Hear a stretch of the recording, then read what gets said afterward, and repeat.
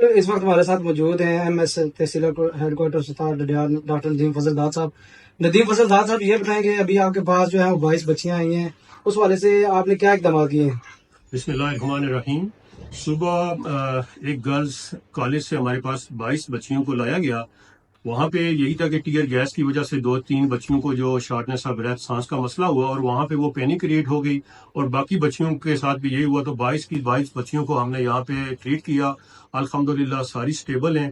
Majority کو ہم نے ڈسچارج کر دیا ہے. 3 یا 4 بچی ہیں اور وہ بھی ابھی سٹیبل ہیں، ان کو بھی ہم ڈسچارج کر دیں گے. سر یہ بتائیں کہ اس کے علاوہ جو زخمی آپ کے پاس آ رہے ہیں ان کے حوالے سے آپ کیا اقدامات کر رہے ہیں؟ اس وقت ابھی تک تو ہمارے پاس 7 سویلین آئے ہیں، سب کی ہم نے ٹریٹمنٹ کر دی ہے اور سب کو ڈسچارج کر دیا ہے. سارے سٹیبل ہیں الحمدللہ، کوئی کیجولٹی نہیں ہوئی ہاسپٹل میں. سر یہ بتائیں کہ 22 بچیاں جو ہیں جو شیلنگ کی وجہ سے گیس کی وجہ سے جن کو ٹربل ہوئی ہے وہ آپ کے پاس آئی، تو آپ نے ان کو کیسے جو ہے وہ مینج کیا؟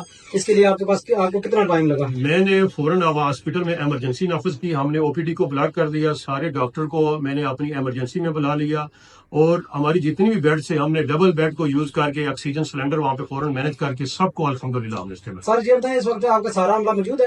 جی، چھٹیاں میں نے فوراً کینسل کر دی ہیں اور جتنے بھی میرا سینشن سٹاف ہے وہ سارا موجود ہے ہاسپٹل.